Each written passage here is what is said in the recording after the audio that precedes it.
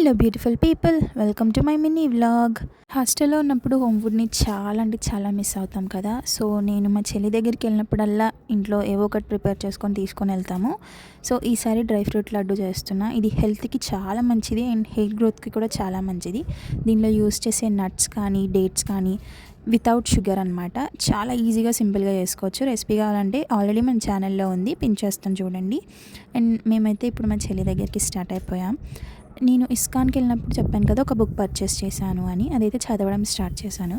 చాలా తెలియని విషయాలు అయితే తెలుస్తున్నాయి. మీకు ఎవరికైనా కావాలంటే చెప్పండి, నేను లింక్ కూడా ప్రొవైడ్ చేస్తాను. అండ్ నీ క్యూట్ బాబుని విట్నెస్ చేశాను అనమాట ట్రైన్లో. ఎంత ముద్దుగా తింటున్నాడో చూడండి.